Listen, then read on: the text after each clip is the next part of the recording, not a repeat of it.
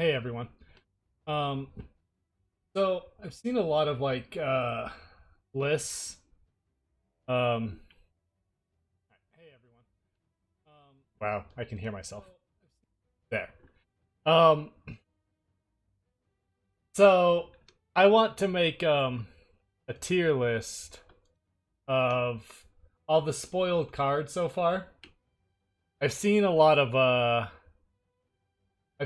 people talking about each of them. I've seen other content creators putting out what they think of each card.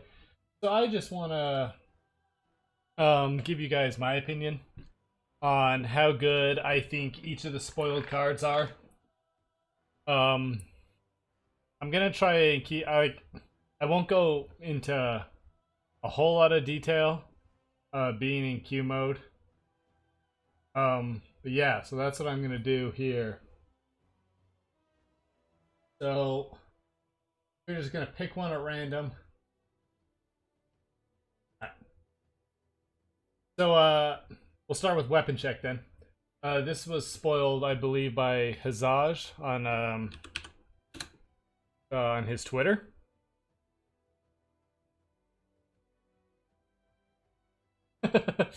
Yeah. So I want to make sure I give credit to who spoiled each of these before I do them. So yeah, this was spoiled by Hazaj. And I'll leave a link. I'll probably end up putting this up on YouTube, and I'll leave a link in the video with the link to Hub where you can see everything. So weapons check. I honestly do not think this card is very good. All minions have -3, -0 until the start of your next turn. People have pointed out it does work on Rush. But it's kind of like there to buy time, and it's not that good at buying time necessarily.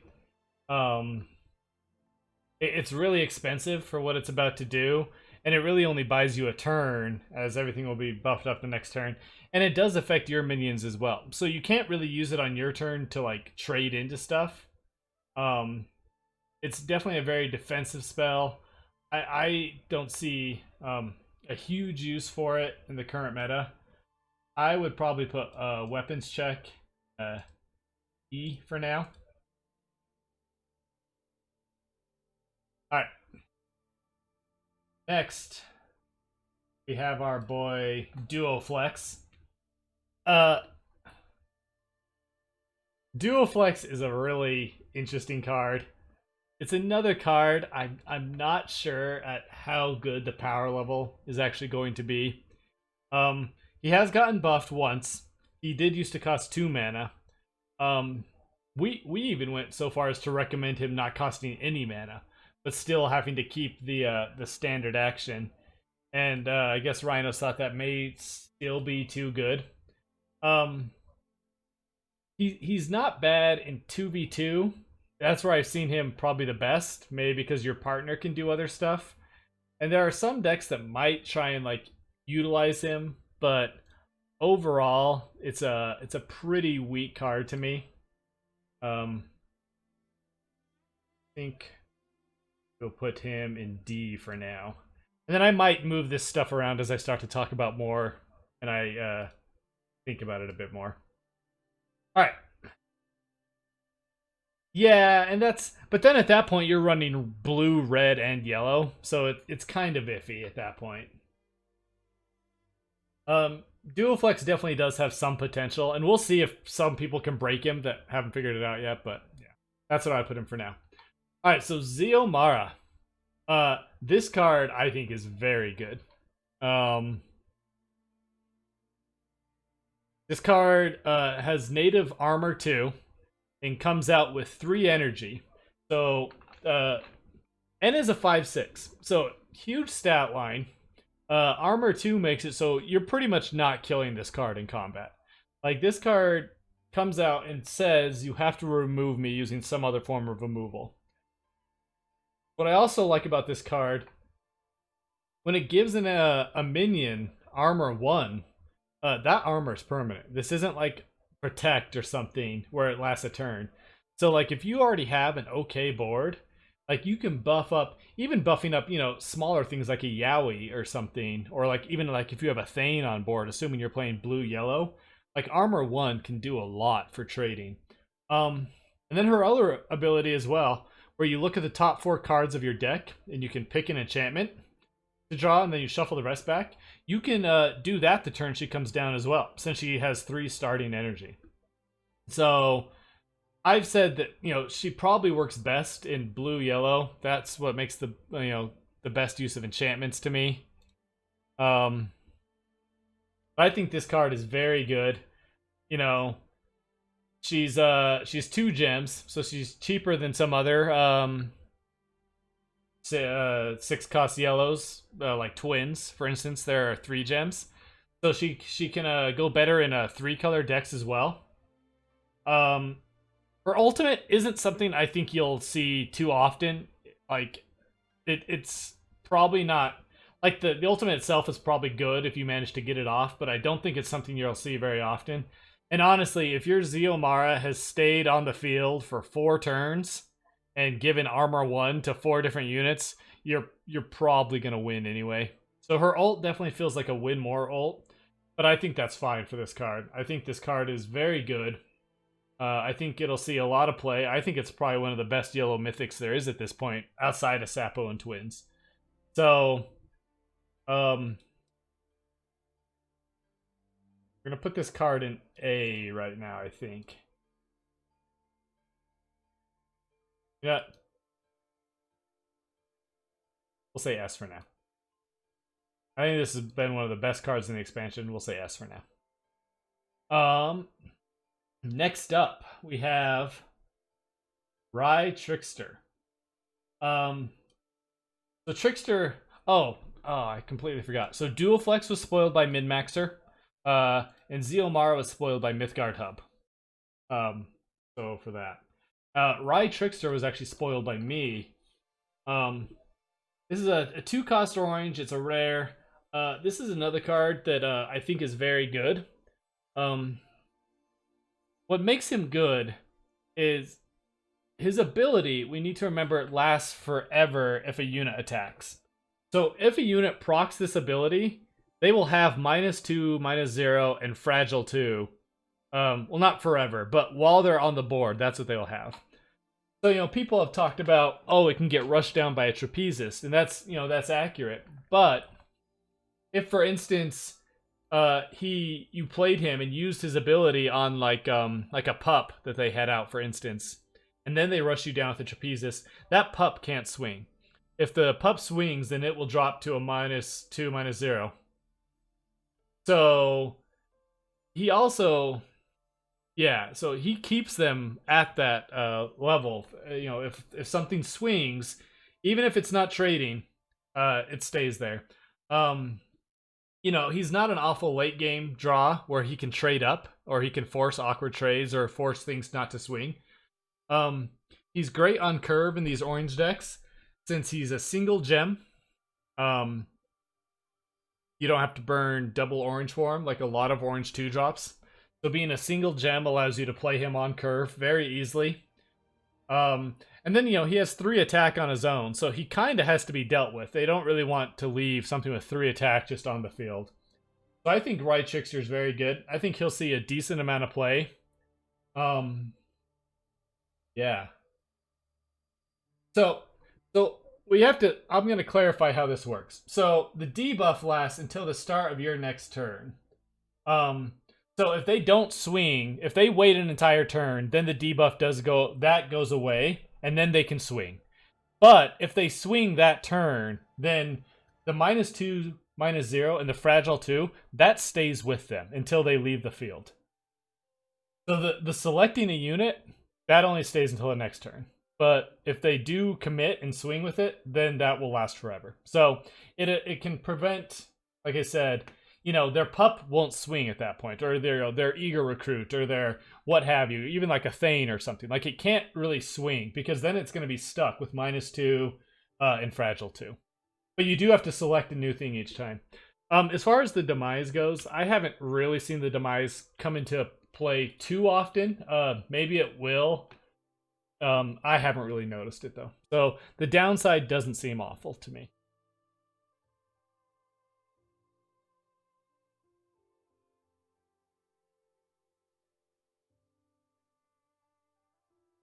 So I really like that card.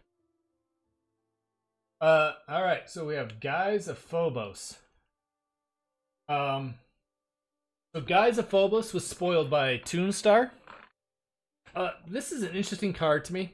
The first thing that jumps out is its rarity level. So it is uncommon, which means it will show up in Pauper. You're gonna give a minion +3/+0 and Agile, and then minions in the opposing 3 lanes have -2/-0. So that's not a permanent thing. So like if a minion like moves out of that lane, then it doesn't have that anymore. +3/+0 is a decent amount of attack to then swing around stuff. I think this could be very good in both draft and like Pauper tournaments. It has a lot of potential, I think, as far as that goes. I don't know how much you're going to see it in pure constructed. But it can definitely even act as, you know, putting this maybe in like a mono red type deck. It can act as like a decent finisher if you got stuff out and they're kind of just blocking you. Yeah, it's like I said, it's a decent card. I haven't seen it a whole lot as of yet in Q mode. I've seen it a few times. One thing to note, you know, the +3/+0 Agile is good, but the -2/-0 is nothing to laugh at either, because it makes it then really hard to trade into. You can't really like use minions to trade into it at that point. You know, stuff can barely swing into it at that point. So I think Guys of Phobos is a good card. We'll see how much play it sees. It is 4 costs, but it is an uncommon. So yeah, I would not be surprised to see it a bit in draft and Pauper. Not as much in constructed. Still a fairly solid card. Apparently Rune has played again. I've only played against it once so far in constructed. So that's interesting. I put it kind of like in the C category as of right now.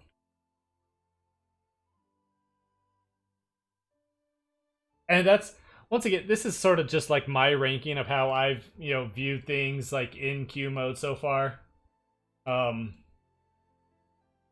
Other Q mode people might have, you know, different ideas. They might have different opinions. This is just sort of, you know, what I've played against, what I've experimented with. Yeah, so...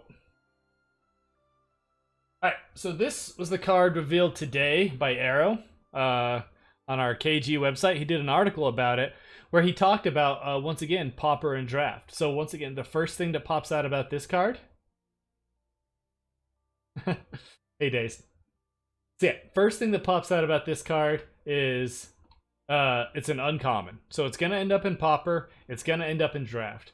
What's cool about it is the Forge ability, allowing it, so like, you know, in Draft, you can pick, like, if you can grab multiples of this, you have a very good card then, once you burn him and then place him down. For anyone unfamiliar, this is the first card we've seen with Forge.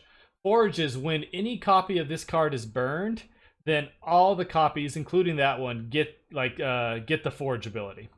So if you burn any copy of Stadium Holocron, then they all from then on have +1/+0, Armor 1, and Overrun. So we know Overrun, very good in Draft. We know it's very good in Pauper. Something else to point out, it's uncommon, and it's a single gem, so it's very easy to cast. It's almost splashable at that point, where if you can find, like, 3 of them in a draft, you could only run these 3 as your only 3 yellow cards, maybe, and you could be perfectly fine. Because you only have to burn the one, and then the others are playable. It's a pretty cool card. It's interesting that yellow has another big uncommon payoff. You know, a lot of yellow's beefy kind of boys are mythic, like the twins and like Sapo, like Zeomara that we just showed. So having an uncommon one could definitely help them. You know, it helps to close the gap between the mythic power level and the other rarities. So this is still, you drop a Forge one of these on 6, it's still a card that might require a decent amount of removal at that point. It's not like Twins where there's 2 of them, but it does have armor 1 and it does have 6 HP. So, it creates a lot of effective uses for it. I said, I think the card will be very good in Pauper and Draft. It has its limits in Constructed since it's going up against Twins at 6. It's going up against Zeomara at 6. But still a very solid card overall, I think.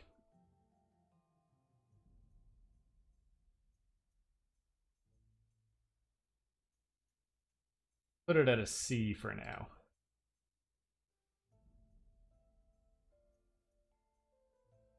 Yeah, so like Arun says, and I pointed out, single gem, very splashable. In decks that want to utilize Forge, tier 1 is Zeomara.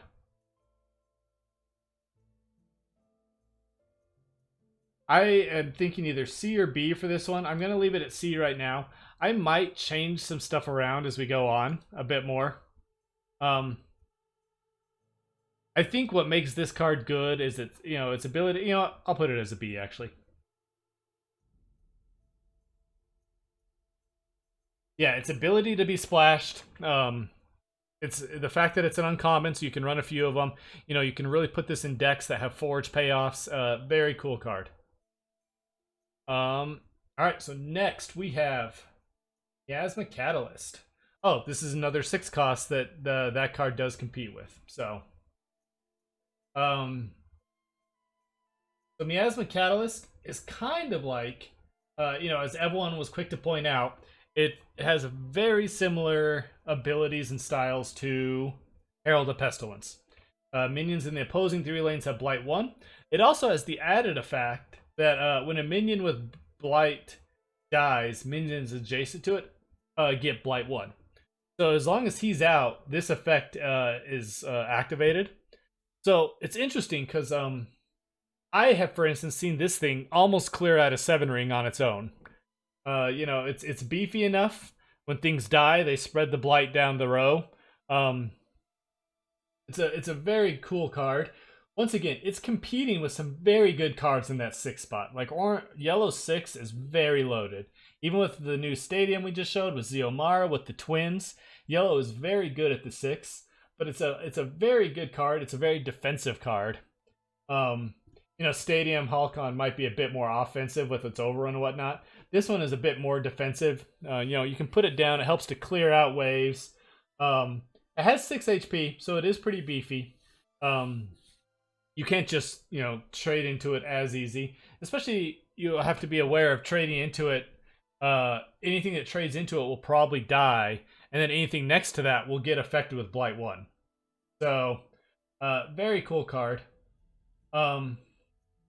This one was spoiled by Wholesome in a YouTube video. Yeah. I think I'm going to put it at B along with Halcon for now.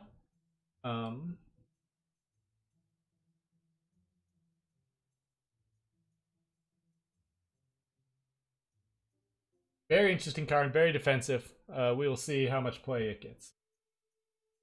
Alright, next up we have Judo Garudo.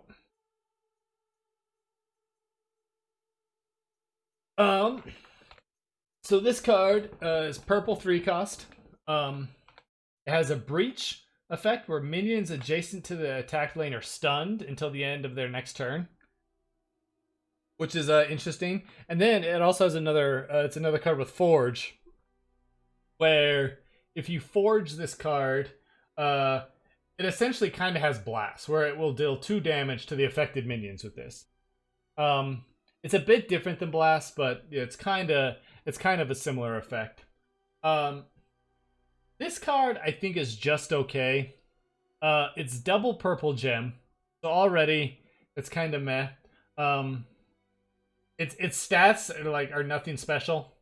It's just a 3/3. The Forge effect might not come into effect as much. Forge is a lot harder to pull off on your lower cost cards, because that means you need to have a copy and you need to burn a copy. it just feels very bad, I think, compared to the other 3 costs. Like, I don't know why you would ever want this card over Barkeep, for instance. I have seen it used in effect with a few like cards like Jaunt that can move it around a bit, but even then it does not feel very good. I think you kind of have to high roll with it. Hope you go first. Hope you have 2 copies so you can burn one and then, you know, be able to get the forge on the other one. I do not like this card that much. Yeah, I think. Oh, who was this card spoiled by? I actually don't remember. I believe this was spoiled by... Sorry, this was spoiled by Hub as well. I think part of why I don't like this card as well is the fact that the purple 3 slot is probably just way better than this card is. I would probably say it doesn't fill a niche that you want. You know, you can run any of the other Shinobis. You can run Barkeep. You know, there are plenty of cards.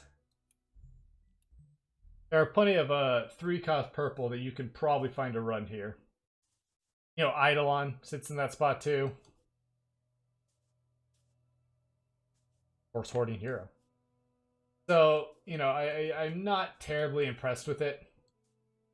So I would call it probably one of the worst ones we've seen so far. Next up on our list is the Back Channel Captain. So the Back Channel Captain is an interesting card. First off, we once again note it is uncommon. So it will see play probably in Pauper and Draft. His Awaken, the Captain's Hat. I did not grab a picture of that, but the Captain's Hat gives you, if you breach, you draw a card. And that's the only effect on it. Breach, draw a card. I think the card is very flavorful. I've pointed out several times, I don't think anyone cares, that clearly like this ability was inspired by Jack Sparrow, where he has a single pistol shot that he can use from anywhere. So he can deal 3 damage to another minion and then you disable it. So like, oh, he had a single shot and he used it. I think that's very flavorful and fun. It is double purple at 5. You might notice there's another card that's very similar to that at uncommon, and that's Tarragon. And I think a lot of times it might feel like you'll want Tarragon over the Captain. I still think Captain is good. You know, I've had the Captain's Hat and Breach work before. You know, being able to draw off of it can be very good. But it's not an effect that happens. You know, Breach effects are already kind of hard to pull off sometimes. Yeah. It's a decent card. I think you'll see it a lot in Draft. Probably see it in Pauper. Not awful. Its stat line is fine. Like its stat line is nothing special at 5 cost. So I would probably put Captain at...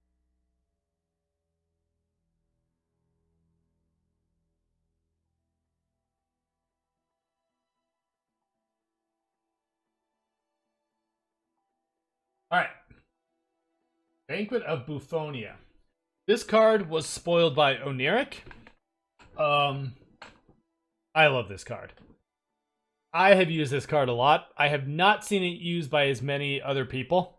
I've seen Tritros use it a few times.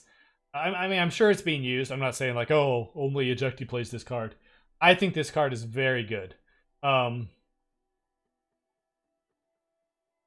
That's an excellent question, Winked. I heard he was once a streamer.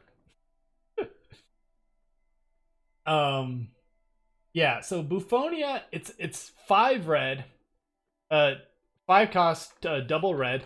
You sacrifice one of your minions, and all your other minions gain strength equal to the sacrificed minion's strength. Now, this can be very good in a few instances. It can be good if, you know, they're like, yeah, like Rune thinks it's broken. I think it's a very good card. I've used it as a finisher. You know, I've played out a Trapezist. So I've played like Armageddon Angel, and then when they chump block it, I've played out a Trapezist on the other side and like used Bouphonia on the Angel to buff up my Trapezist to like a fucking 9 too. Aeolus, thank you so much for the tier 1 5-month resub.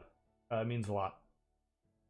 I think Buffoni is very good. You know, you can use it when you have a bunch of minions out. I've used it if you have like 3 minions out, 1 can get an attack in. And it's true. I mean, Horn into Banquet is, yeah. Horn into Banquet can definitely, will definitely feel pretty backbreaking. It is interesting that the deck that, you know, runs Horn and Banquet is, Ice Wall. I think the card is very good.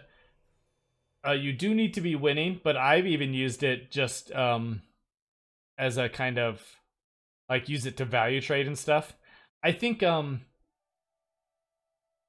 worst thing you can do with this card is to, like, save it in your hand and be like, oh, I have to use this to finish the game.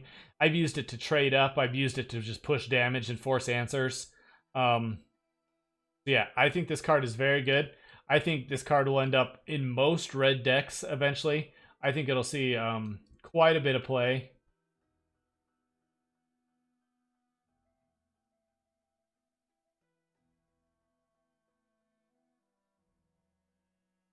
And I think I would put it in S tier.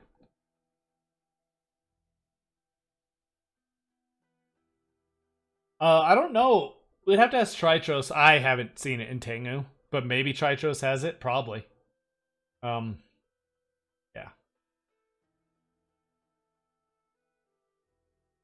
All right. Fuck. How do you say this word? Sanguine. Sanguine still. No, the buff is permanent. The buff lasts forever.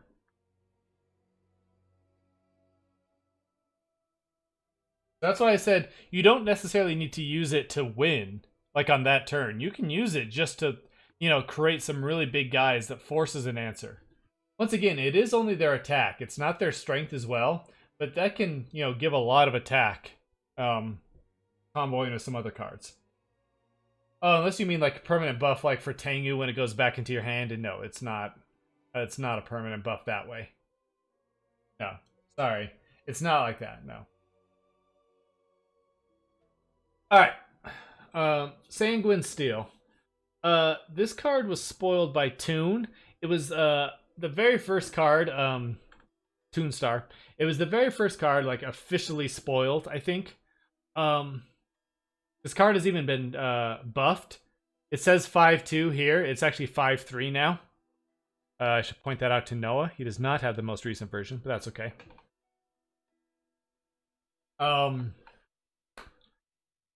This card is unfortunately just okay. And by just okay, I think I mean this card is kind of bad. I've yet to see this card really go off. I know there are people in Q mode trying. They're using things like snakes and whatnot to like fill the board and then be able to use Sanguine Steel. I don't know if I put it on the level as Judo bad, but I think it'll go in the E slot. Whereas, yeah, I do not think this card is good. It did get buffed, so they're 5-3s, so they won't just die to a Thunderclap now. So it does have that. But the fact that they can't attack that turn kind of hurts them. You know, it's another card very much where you sort of need to already have the board to make it worth it.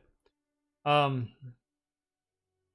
that you're probably winning anyway. You're probably winning with better cards at that point.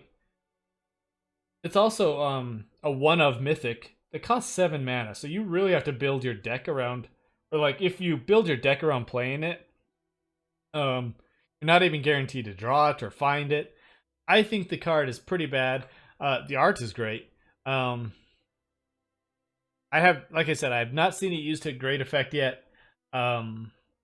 Maybe it will be. I think some of the closest I've seen are like the turbo. What colors are yellow green if they're turbo? Is that neon? Turbo neon? I think turbo neon is the closest I've seen to it being okay. And that's just because you have data cores and like horn and stuff, so that you can actually like use this card. But like, you know, for instance, you can't even play like like a ringmaster first and then use this because it will get rid of your ringmaster. So you have to be able to play like ringmaster after, and that's they're too big. They're 5/2, so ringmaster doesn't send it. I don't even know if sidecar works with it. It's very hard to get this card to really be worth it, especially for 7 mana.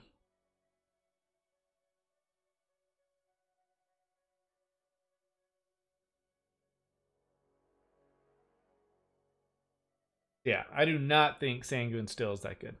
Am I saying that right? I don't know how to say that.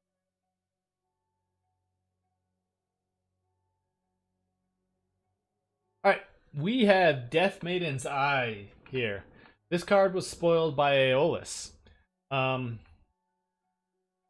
Yeah, so this is a blue artifact, 3 cost. Whenever you use it, it loses 3 durability, and then you choose a minion without revealing it, and the next time that minion is attacked, it gets +2/+0 and Alpha Strike before combat. And that lasts until the end of the turn. I would say exactly. I would say exactly what Arrowbear just said. This card is actually surprisingly good. It's not used, so a lot of artifacts you kind of feel like are like control type artifacts, and it is to a certain extent because you have to be attacked, but it prevents a lot of attacking, which can be really interesting. It's an interesting way to play, preventing them from attacking you. Yeah, it's not always that you're trying to oh, I got him, you're trying to trick them, so much as like you just stop them from attacking. And when you use this ability on a minion, unlike Hourglass, it does not go away. So it's the next time this minion is attacked. So as long as that minion stays out, it'll have that effect on it. It gets +2/+0 and Alpha Strike before combat until the end of turn. So it only lasts on the turn it's attacked. But then it allows it to trade up. And yeah, it'll keep that ability. If you can, so in theory, if this artifact never takes damage, you can use it 3 times. If some of your forgelings die, they can come back in and use it. This card to me was surprisingly good. I'm not sure, Zithwan. I think Arrow can probably answer that. I don't know if you can select the same minion twice, so then it gets +4/+0. I assume you can. Maybe not. I'm actually not sure. But I think the card, I think when I first saw it, I was not super impressed with it. And then I've played against, my favorite deck I've seen this in was Days Undoing, was playing an orange-blue artifact deck. And it ran like this and hourglasses and stuff, and it made it really awkward to swing into anything, and he kind of controlled the game, and he got some big forgelings, and it was really cool to see. So that was my favorite use of it. I've really been pleasantly surprised by this card. I think its lines of play are very specific, but I think it's definitely a decent card.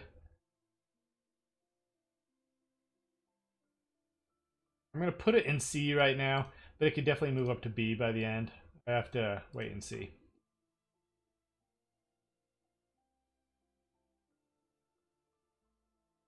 Okay.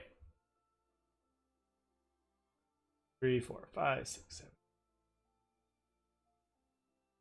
I'm not sure how many cards have been spoiled. We're 12 in so far. So next up we have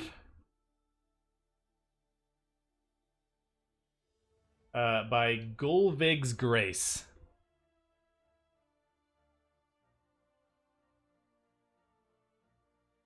Yes, I did not do that on purpose, but thanks, Aeolus.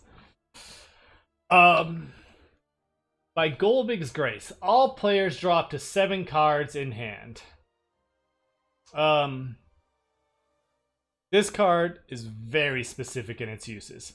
This is another card where I feel like it's only good in a turbo deck, because if you're going to spend your entire turn drawing cards and allowing the enemy to draw cards, you're going to lose the game if that's all you do. Like, I think this card would barely be playable if only you drew up to 7 cards in hand. let alone you're giving your ally or your opponent, you know, the ability. And see, so people have brought that up, Rune. Oh, it can go in Ice Wall, right? And I think I'll try it in Ice Wall. But a lot of times, their hand is already full, right? You know, you have your Dragon's Teeth out. It could be, yeah, it's interesting in 2v2. I for sure agree with that. Especially, I know that Arrow and Merlin have used it to a pretty good effect. Um, and I guess I should have proceeded this list with this list will be based mostly on this list will be mostly based on like what's good and constructed. Like I've sort of considered like what's okay in Pauper and stuff and draft, but it's mostly looking at constructed. Yeah, so like for instance, you can play it and your ally gets to draw up to 7 cards as well in 2v2. But in constructed, the only spot I see it in is a turbo deck. The only turbo deck that even feels like it sort of wants it to me is, you know, Ice Wall. We can try it there. We'll see how it goes. Oh, and this card was spoiled by Tempest, KG streamer. Yeah, I think the card is going to have a hard time finding a home in a lot of constructed decks. Like Arrow said, you know, it's very good in 2v2. Especially like, you know, if your opponent if you both you and your ally have managed to empty out your hands and your opponents are still fairly heavy-handed. Yeah. We'll see if it ends up finding a home in constructed. I think it'll be very hard for it to find like a solid home in constructed, but we'll see.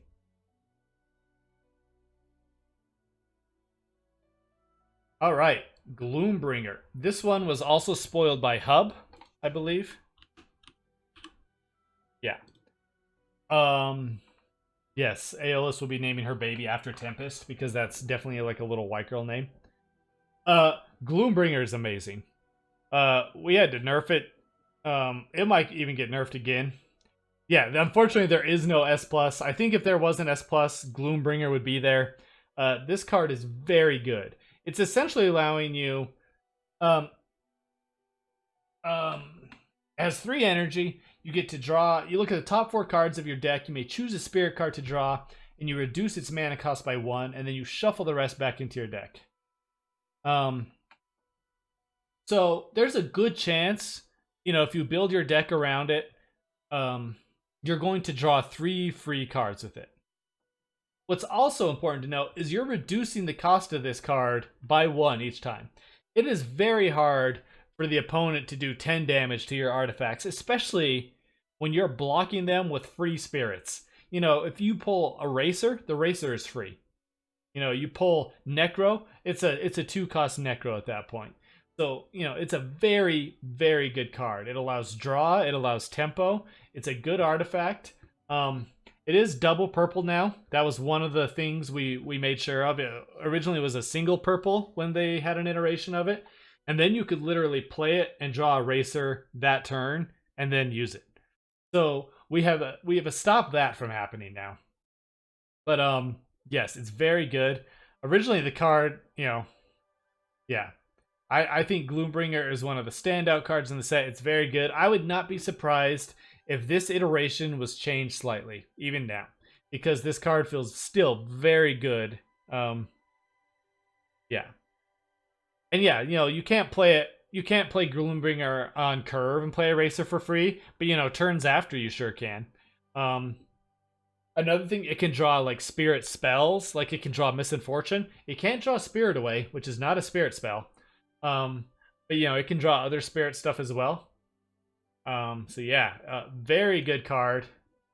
One of the best cards in the expansion, I think. I think a lot of players will agree with me there. Oh god, what did I do? Oh, phew. I was worried there for a second. I accidentally clicked audio. It's true. So this is a death artifact. Yeah. It's true. Corrupt Prayer Wheel isn't. But you know, Corrupt Prayer Wheel in these purple-green spirit decks you know, if you're drawing spirits for free and then playing them, that damage adds up real fast, and so does that health. You know, if you can get Corrupt Prayer Wheel out with the Gloombringer, this is some, you know, it is a very good line of play. So yeah, Gloombringer, very good card. All right, Earth Striker. This card was spoiled by, I want to say Hazaj, but I don't remember for sure. Yes. Earth Striker was spoiled by Hazaj. It is a 2/2 blue. It has Alpha Strike and Awaken. If it's created in an enchanted lane, draw a card. This is another card I think is very good. Its home is definitely closer to mono blue, though it can be put in like, you know, blue orange is decent. Josh, Visage, I can't do it.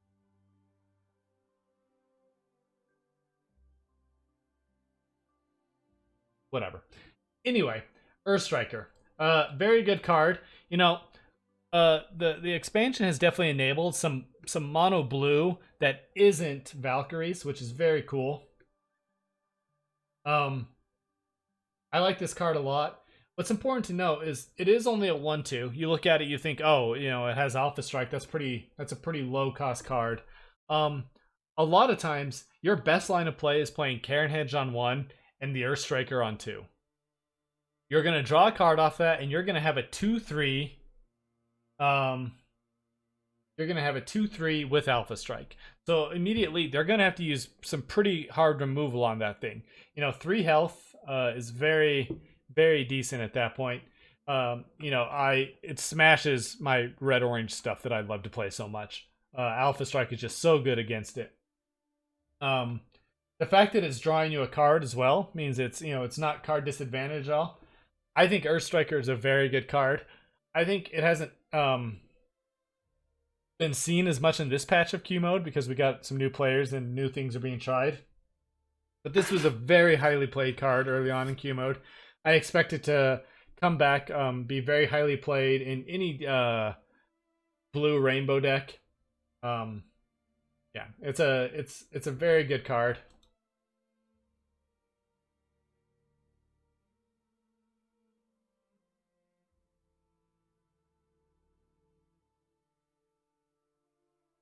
So I would put him in A tier. Yeah. All right, next up, we got Caravan Brass. This card was spoiled by Min-Maxer. This card, great art. Love the art on this card. This card is one of the payoff cards for the Forge. So, first thing we know is this thing has armor 2. So innate armor 2. So already, he's like Zeomara. He's a very beefy boy. He's going to be tough to take down. He's got this big-ass shield. Of course, he has armor 2. Then, he also gives friendly minions with Forged armor 2 as well. So that's also very good. You know, if you manage to play him on curve, for instance, and you already have units out with Forged, then they get the armor 2. So that's very good. His Forge ability comes up less often to oftentimes not at all. The main reason being he is a mythic. A mythic with Forge is very hard to play.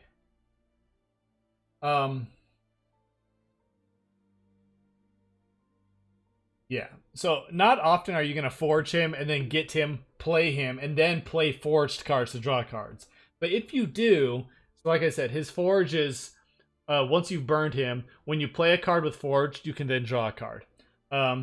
This has led to like 1 or 2. I had a pretty high roller game with it. Logic had a pretty high roller game with it.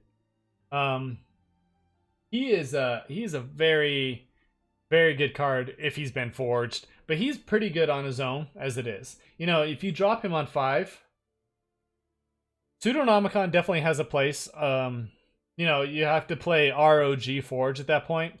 Luckily, ROG Forge is in a decent spot right now, with a bit of tweaking by the Q mode players.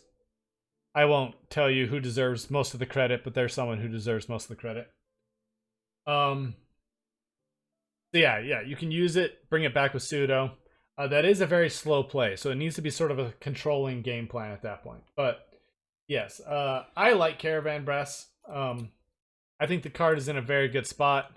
Uh, even just dropping it on turn 5 as a defensive minion is very good. It's still 3/7 and it has armor too. So if you're being beat down by a deck, this is still a very good card to drop in front of them to buy yourself some time. It kind of like Zeomara, it's a type of card that probably requires some sort of like hard removal on it. So yeah, Caravan Brass, very good card. Maybe not very good, but good card. Can be a bit high rolly with his forge abilities, but I really like where this card's at. I would put this card in a B. Let's see.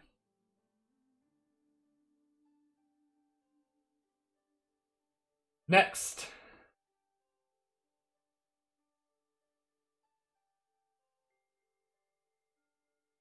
Is Thoroughbled Steed.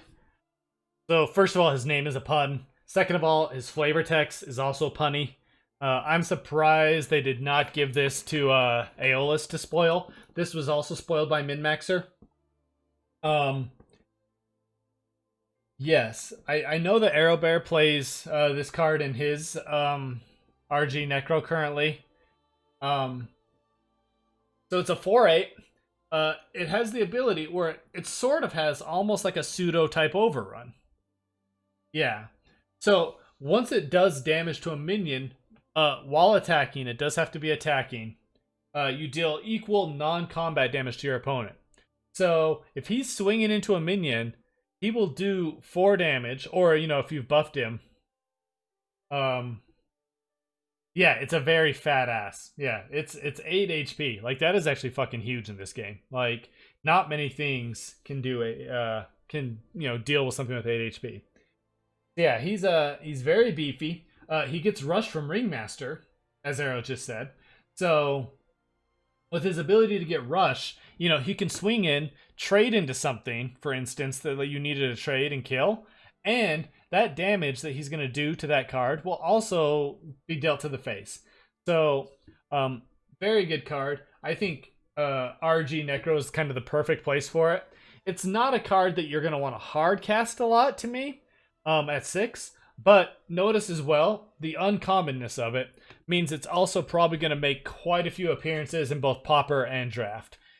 Draft is about having big beefy boys, same with Pauper. This guy's a big beefy boy who can also do face damage just by attacking.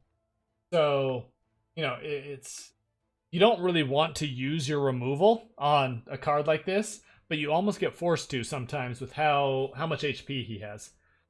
So yeah, RG Necro is a very good spot for him. I could see him in a lot of Draft and Pauper decks. Could see him in some other red decks too. I haven't seen him as much, but I think he definitely will be seen more. I will put that card at a B as well. I think it's a very good card, very solid.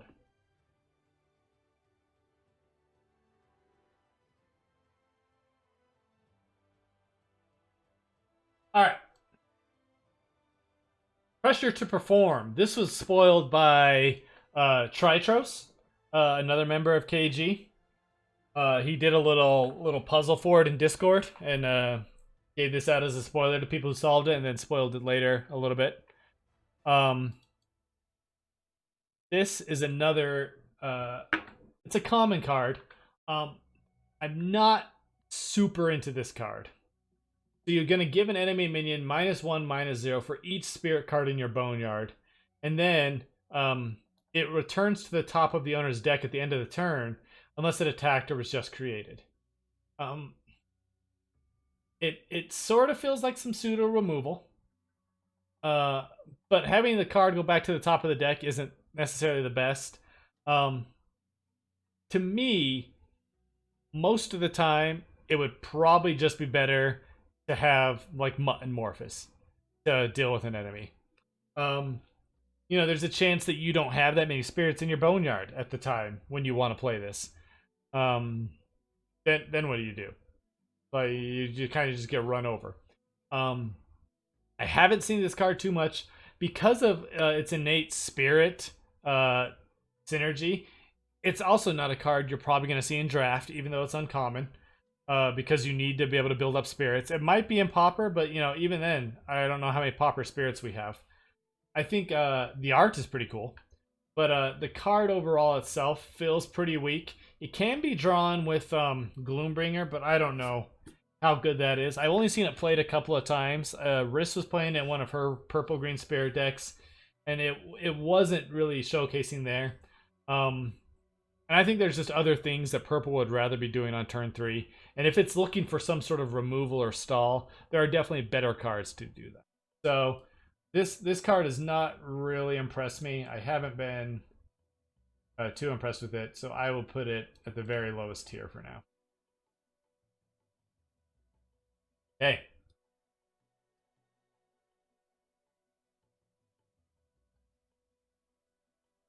Next up, we have Vampire Historian. I think this card is another very good card. A 2/3 body for 3 is decent. Life tap is always important. Awaken, add an amnesia spell to your hand is also very good. Amnesia is the type of card where I've often said every deck wants a card like Amnesia. Being able to suppress, I also don't have Amnesia right here. I'll bring that up. Being able to suppress a card and lock its strength to 0. So this is what Amnesia is. It's from the core set, not from the expansion. You give a minion suppressed and you lock its strength to 0. Cost 2 mana, 2 red.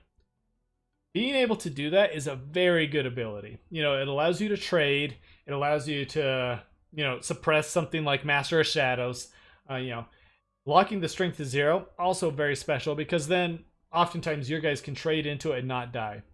The biggest problem with Amnesia is sometimes it can be a dead card in hand, and you don't want to put it in your deck because of that reason. Vampire Historian allows you to play a decent card on 3, a 2/3 life tap. If you have other vampire synergies going on, she can get even better. So you play a good card on 3, and you get that Amnesia. If you don't need it, you can have things like Bowl, cycle it out of your hand. If you do need it, then you now have Amnesia. You have a copy in your hand. So I think Vampire Historian is very good. It's another card where I love the art on this one. I love the idea that there's just this vampy chick lady listening to something iPhone or whatever with her earbuds, just working in a library. It's very cool. Love this card. Think this card is very good. I think it'll see a decent amount of play, especially in red control type decks where they might want to be able to use Amnesia on something. Very good card. This one was spoiled by Rune, another member of KG. Right? It was Rune that spoiled this one. I'm pretty sure it was Rune. I don't remember now. Yes.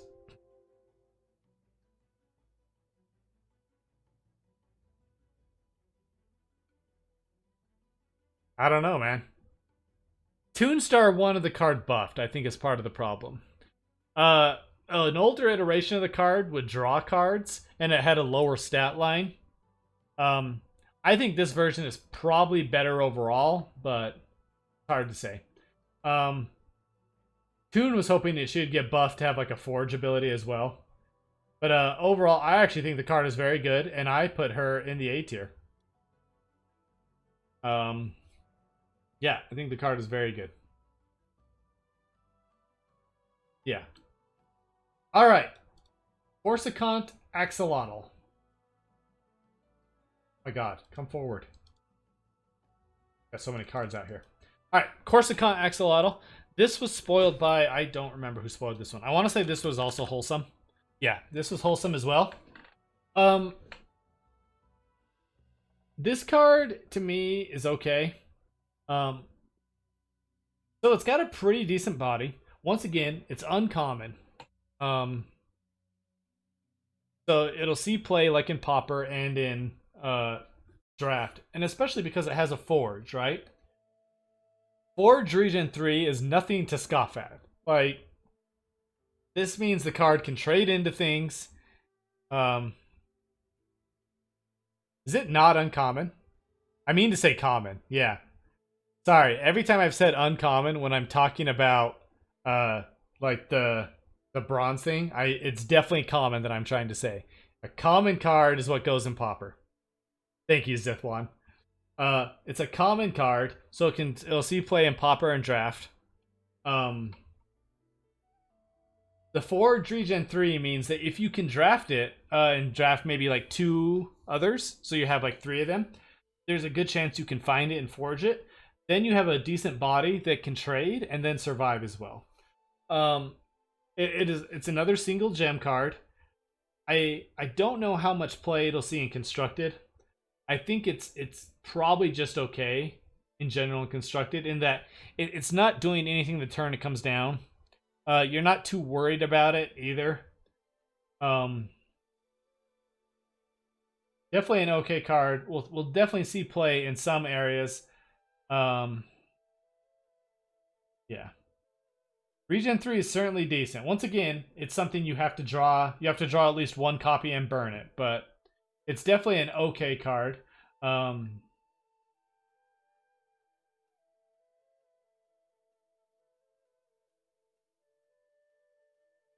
think I would put it in C for now.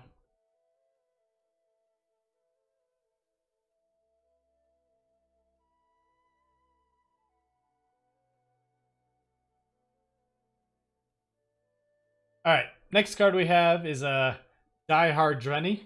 I believe this was spoiled by Laser Jissen. Let me just...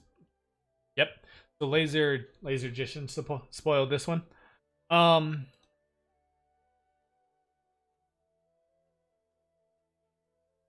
Yeah, this card is very close to being a D to me, the axolotl, and it could very much, at the end I want to look at the list and maybe refine it a bit, but this is just as I'm going.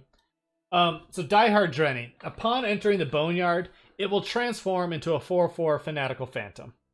So it's a card you can play on 1, and then if it dies, it becomes a 4/4 in your Boneyard. You know, it's okay in Journey of Souls, for instance, in that you're going to get a 4/4 back. I did not pull the copy of Fanatical Phantom. Fanatical Phantom is a 2 cost though, so you can play it on turn 2, for instance.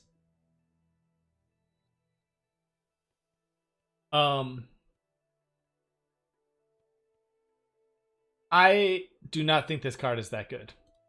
I think it's probably a bit overrated by the Discord. It has not seen a whole lot of successful play in Q mode. It is still just a 1/1, so oftentimes it won't trade into something. There's a good chance that it's dying and then it's not even trading into something.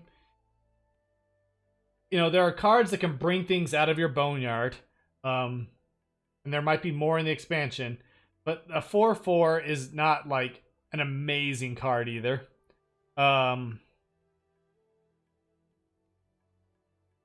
Yeah, the card itself has not really impressed me. Yeah, you can use it with for instance, like with Wings of Abaddon, but that means to take advantage of this, you're playing Journey of Souls.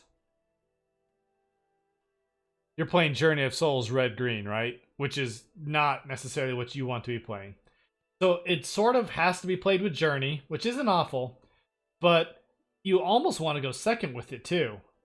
And if it's a 1/1, yeah, like Lendo's saying, a 1/1, I don't really care if you're hitting me with a 1/1. I can kind of play around that. So, and like you don't really want it in Necro because you don't want like your Necro filling up with like these 4/4s. Like, it's okay if you don't have any other options, but your Necro you want to be bringing back, like, you know, there are probably 50 better targets for a Necro to bring back than a 4/4. I think it probably has some uses. The fact that it's like a Utopian as well means it doesn't really have any synergies. The thing it brings back or the thing it puts into the Boneyard is a Spirit. In general, though, I'm gonna say I'm gonna put this card in the D slot, and not just because there's only one thing in there, but because I honestly do not feel like the card is that amazing, but could maybe slip in somewhere where it can be used okay. This could potentially drop to an E. I think the card is very lackluster, personally. So, yeah. All right. Our next one is Adorner of Fertility. This card was spoiled by Aeolus. I believe they gave it to her because she was pregnant, and that's the only reason why. Still is pregnant. Aeolus spoiled this card. This is a 1-cost 1/2, and on its awaken, it adds the Ring of Birth to your hand. I don't have the picture of the Ring of Birth. Ring of Birth is ephemeral, and it gives a minion, add a new copy of this minion to your hand in 2 turns. So it's a pretty slow card, you know, because then you have to play the Ring of Birth. It costs 1 mana to play on its own. And then it's not gonna give you a copy of the minion for 2 turns. You have to wait. So that minion has to either survive 2 turns or you lose that effect. I liked the card a lot back when parry was good. Putting it on the parry could kind of force people into awkward situations where they were like contesting parry, and then you would just throw a stairway under it anyway. Arrow recently was saying that he likes this card somewhere. I don't remember where.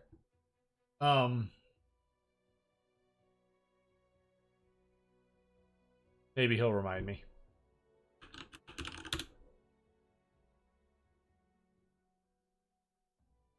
He called it a cool, cheap greed play in a control deck.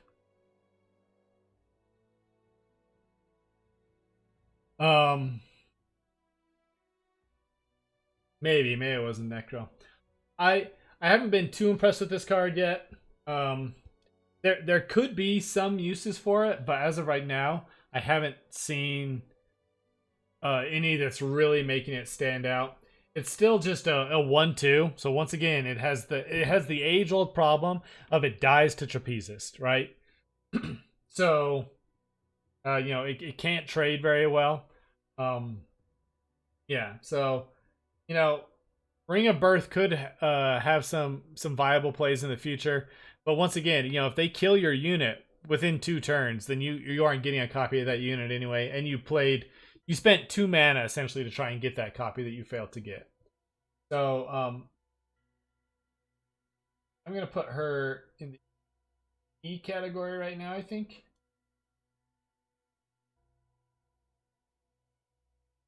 Not terribly impressed with her yet, but you know, she could end up in some other decks. I haven't seen it. Next up we have Guardian Plateau.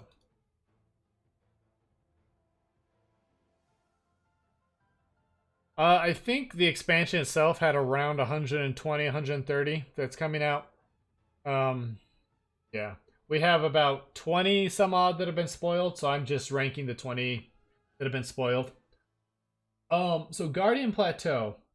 This card is good, but this card is slow. So when you create a non-ephemeral minion here, you create two Sand Guardians in adjacent unoccupied lanes. Once set up, this card can really go. You know, once it gets there,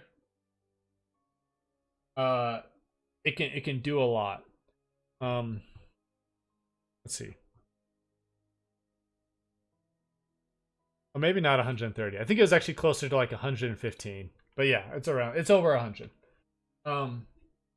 Yeah, so once this card is set up, it can really do a lot.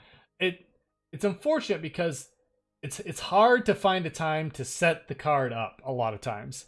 You know, I think we've seen it successfully in some blue-orange token decks, or some blue-orange rainbow. Yellow-orange tokens can use it okay. They did make the clause non-ephemeral. Before, it did not have that clause, so you could like use tokens to proc it, and it was crazy good.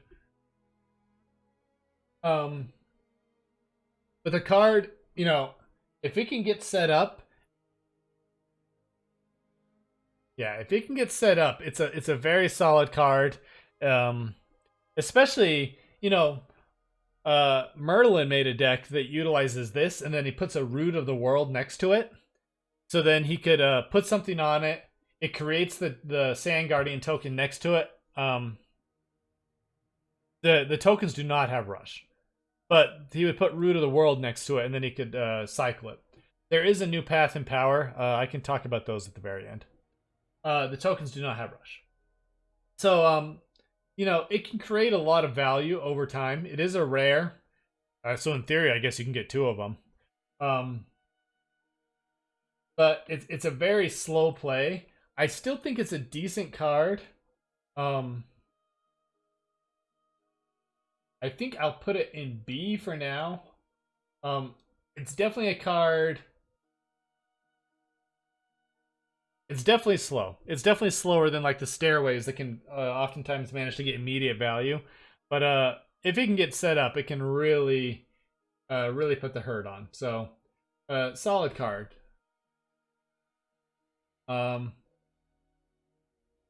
Who spoiled that? I think I forgot to mention that one.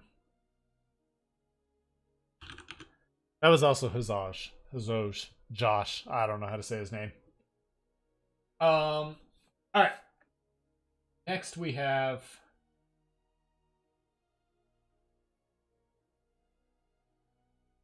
the Impoverished Ogre. This was spoiled by Rune, member of KG. So Impoverished Ogre has Fragile 2 during your opponent's turn.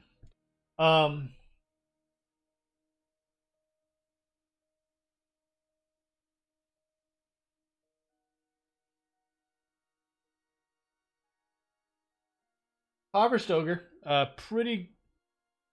got a solid body, but once again, if you look at him, 3 attack is going to kill him.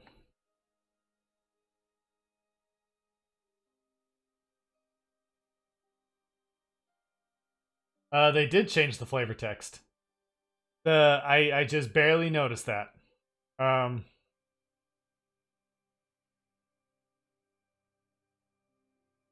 Interesting. The last flavor text was a bit racist, in my personal opinion. Not like it was meant to be like within the game, like people were kind of racist towards ogres, but it might have felt a little off-colored for how the world is as a whole right now.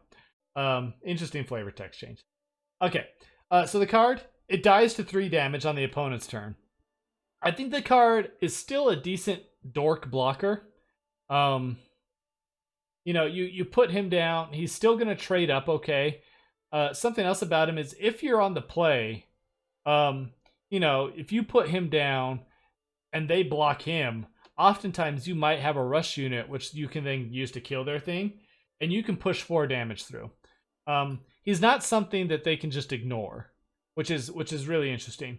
Another thing, he is common, so I would not be surprised to see him a lot in draft as well. Whereas, he's a decent body. Armiches. He's a decent body for draft. He can trade up a bit. Definitely an okay card. I think he will definitely see play in a few decks. The 1 red gem helps as well. Anything that is a single gem is definitely playable. 2 Faka has informed me that this card is definitely too good and will need to be nerfed later on.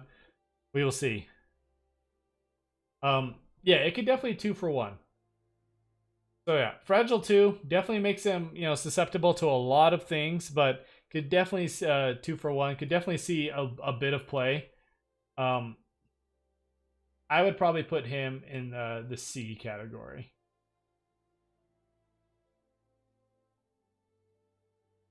And that was spoiled by Rune. I mentioned that. All right, next we have Doper. This was spoiled by Toonstar. He's got this cool little axolotl mug. The dude's fucking shredded. He was too good the first time around.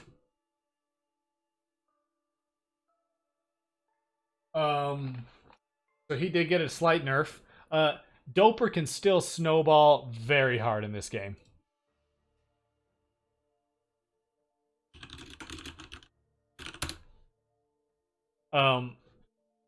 If you can get him down, You give him the +1 on turn 1 so that he's not going to get traded into anything. He's a 0/3 at that point. He is S tier in draft. This is true. In draft and Pauper, he'll be very good. And then, you know, if you can put some enchantments under him, give him some buffs, and then continue to use the +2/-1, he can get very good. I ran Doper pretty effectively in a yellow-purple aggro deck. Using Juiced was very good on him. Yeah, so Doper, solid one-drop. I like him a lot too because he also gives yellow different lines of play. So, you know, you're used to seeing yellow go super into the control area. This allows yellow to kind of go aggressive early on. Yeah. So yellow having good aggro tools is interesting to me. And Doper is a very good aggro tool. He's a very good card. He's a very solid one drop. You know, he commands an answer, which is what you want. Yeah, one of these options per turn. You can get one. So yeah, very solid card. Doper has seen a lot of play. I think he'll continue to see a lot of play. I think, you know, making yellow viable in the aggro is not a bad thing. Yeah, he might require people to start packing some bounce or some removal. So very good card. As Rune mentioned, in draft he's probably S tier. I think he's A tier in constructed. Still very good.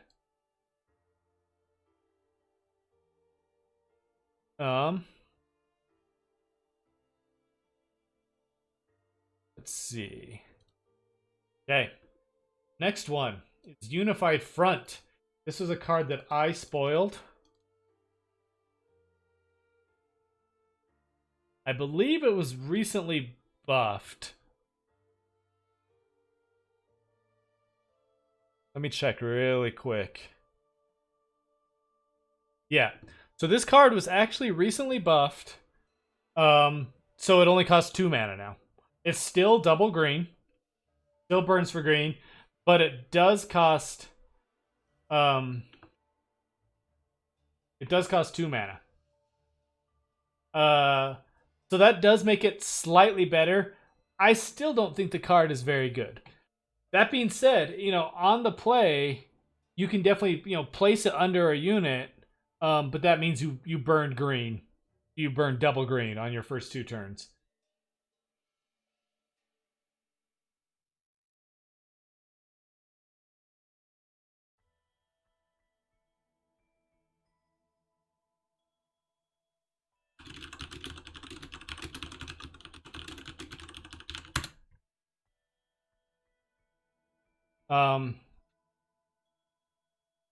Yeah. So yeah, it's another thing that I think can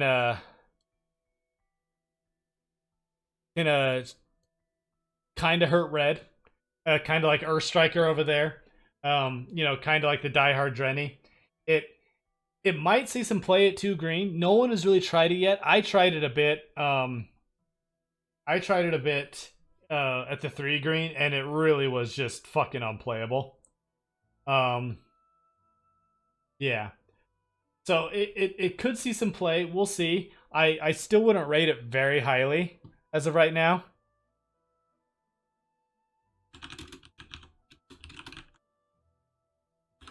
I do love the art. The art is great. We'll see if it could see some play. You know, it kind of has the same effect of Red Cliffs, where it's doing a lot of damage. Unfortunately, you know, things with Rush can still come down and just kill what's on there. So, we'll see. I still don't think it's very good. I'm going to park it at the very bottom until I have seen it a bit more in action now that it's been buffed. But yeah. Yeah, that's true, Arrow. And I think Arrow and Merlin have played it in 2v2. So having like poppies on the field and then having this means or you know, winter, because you have people that play seasons. Ha, lol. So, you know, anyone playing seasons, or, you know, if it's against poppies, this can definitely, you know, start to stack up. They do stack, and it is a rare. So if you do have two of them, you have them both occupied, you'll do 2 damage to everything. So I'm going to put it at F for now because it hasn't been impressive yet. It could definitely move its way up now that it's been buffed. We'll have to experiment with it and see.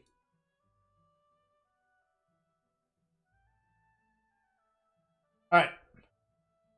And we have Terraforma here. This is another card that I spoiled on stream. Terraforma is a very interesting card, and I think it's a very good card. So, Terraforma is a spell, common. You create a 4/7 Lonebacker with Immobile in an unoccupied enchantment. Now, you can also use Forge. So, if you burn this card, the Lonebacker will have Overrun instead of Immobile. So, you know, you can put this on top of like a stairway after you've burned a copy, a giant stairway, and you have a 7/10 sitting on a stairway. It's a pretty good card. It's similar to Tailroot Worm, but feels a bit better to me, in that you can give it natural overrun. The thing people have pointed out is it's very weak to bounce. So for instance, you can bounce the card and it's just gone. Since it'll create a token and the token is ephemeral.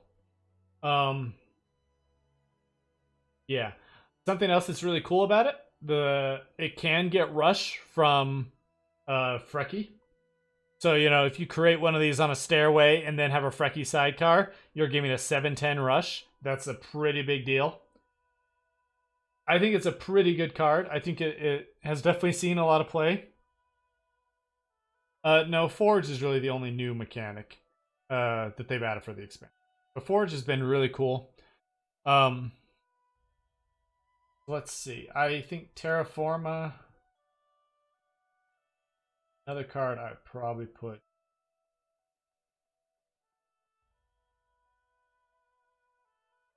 Yeah, they added a mechanic called Slow, which means something can't receive actions or like haste on the turn it comes in. So they gave that to like Boneyard Abomination and stuff. So that was sort of added with the expansion. But yeah. Okay, so this is all the cards that have been spoiled so far up until today, which is August 3rd. This is how I view the cards, having, you know, played with them a bit, having, you know, messed with them in Q mode. You know, other Q mode players might not necessarily agree with everything I say, but I think they'll probably agree with a lot of it. Yeah, and then let's see. So I want to really quickly talk about. Oh, that's right, AutoCam. I missed AutoCam. Wanna know why? Because it's not in Mythgard Hub. One sec, let me grab AutoCam. And let me tell Noah.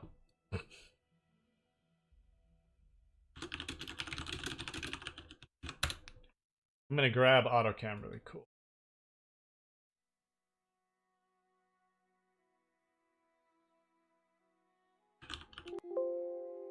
Sorry that's beeping. I'm gonna talk about Forge really quick as soon as I finish this. As soon as I grab AutoCam from.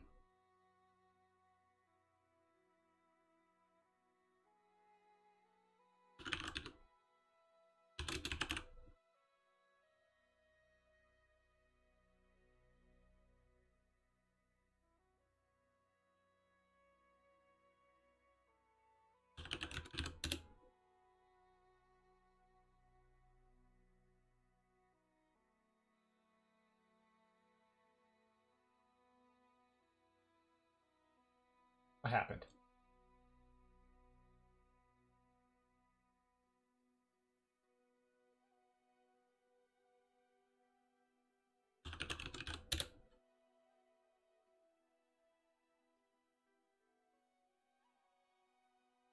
Okay.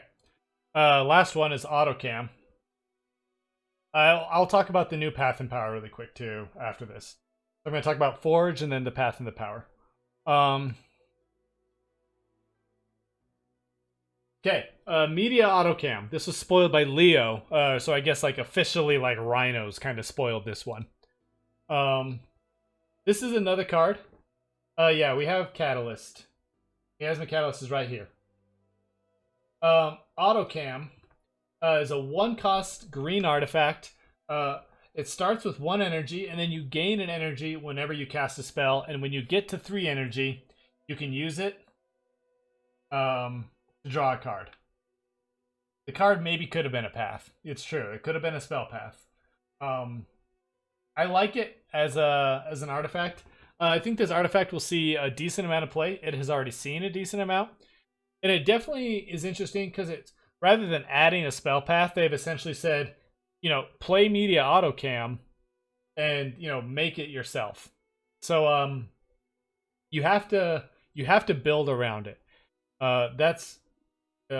You're not going to accidentally draw off autocam. It's definitely a card that you sort it. Your deck needs to be tailored to have spells in it and to use them well. When it's used well, I think it's a very good card. I think Rune has agreed with it. Yeah, and that's the one time the autocam really scared me, is I was playing against, I don't remember who it was. I was playing against someone, and they had Vengeful Heirloom, so they actually ended up with 2 of them, and you know they would throw it on a unit. Yeah, I mean it goes in green fires. So yeah, I think it's a pretty good card. We haven't seen it be broken or anything yet. But I think it could definitely, like, you know, feel good as you play it in a control type environment.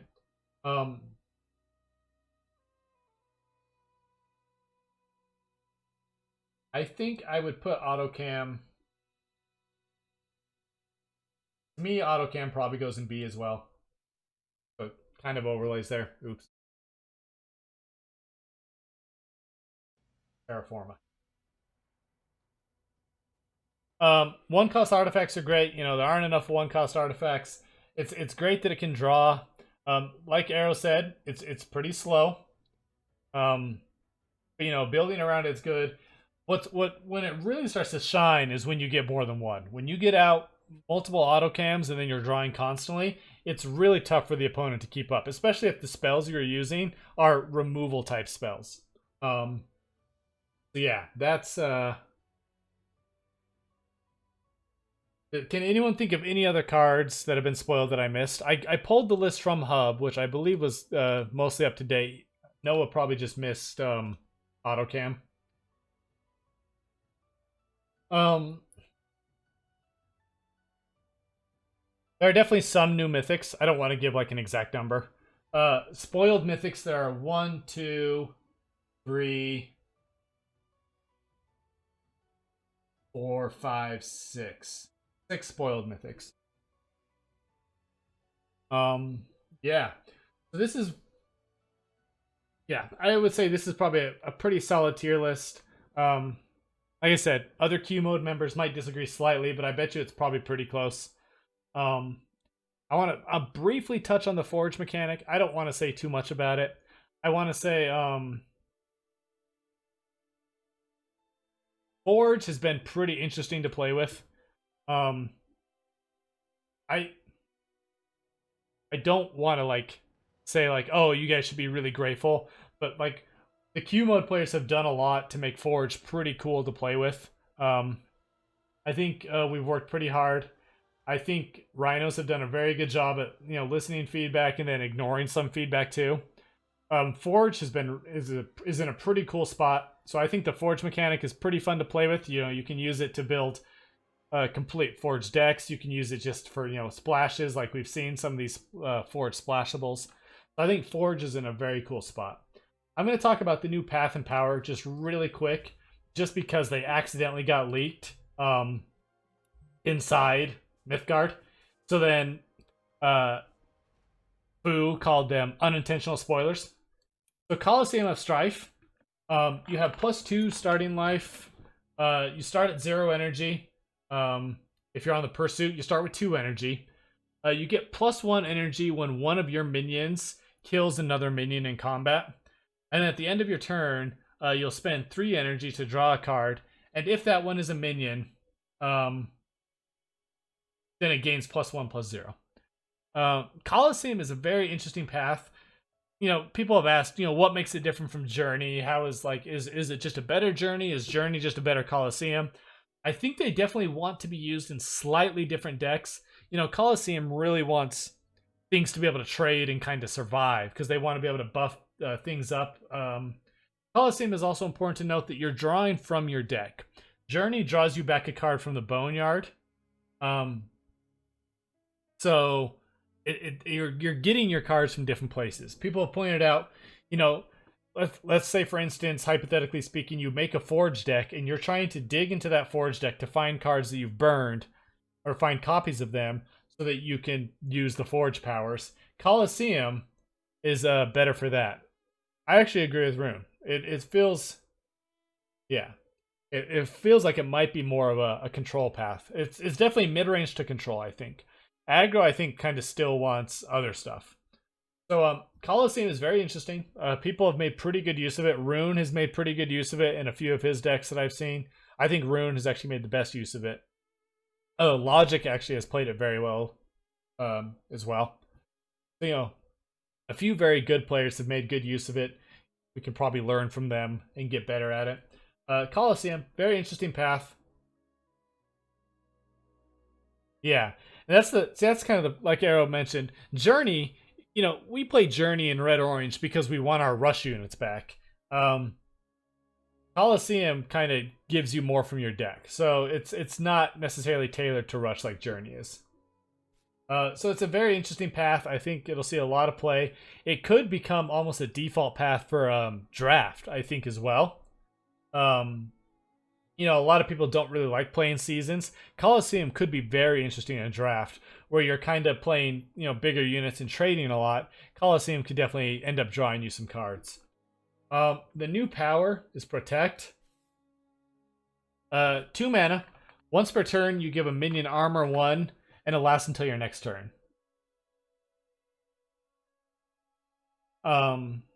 Yeah, so as Minmaxer mentioned, it can be very used in draft. I've seen Rune use it with snake decks. It could definitely be interesting because your snakes are trading so often. Yeah. So Protect. Once per turn, you give a minion armor 1 until your next turn. So this is a very interesting power. I know everyone's first thought is, oh, Plague Maidens. Now I don't have to run Bite. And that is true, and it's cool. You can use it with Plague Maidens. It definitely has some advantages of being able to trade into things, not lose HP. Survive trades, whereas Infuse helps you to trade up. Protect helps you to trade and survive, leaving a unit on board. It does last until your next turn. So some control decks could also maybe utilize it just to put armor on a unit and block, because it's going to last until their turn as well. So Protect, very interesting power. Not very aggressive. Kind of control-y as well. I think it'll definitely see some play. I don't know if it'll overtake any other powers. I mean, I think Impel will still be the main played one. But Protect is very interesting as well. Yeah, so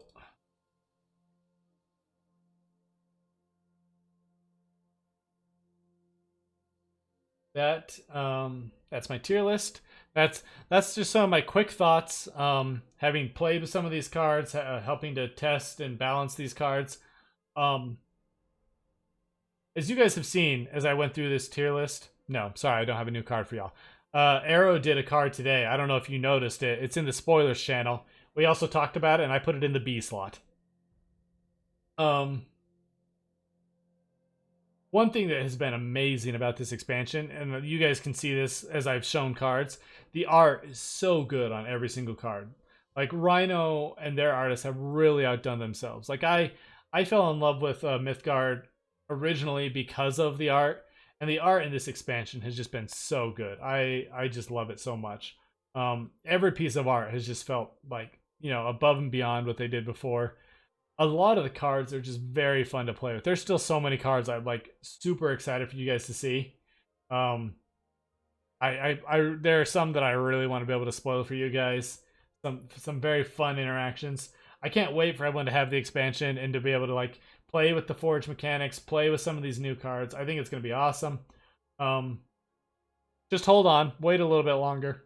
I know it's been tough. It's been tough with you know, COVID and everything else going on, but I really think it'll be worth it. I think it'll shake up the meta. I think it'll make the ladder really enjoyable. Yeah, it's been really fun playing with these cards. I'm super excited for all you all to get to play them. I think I'm gonna call it for my stream today.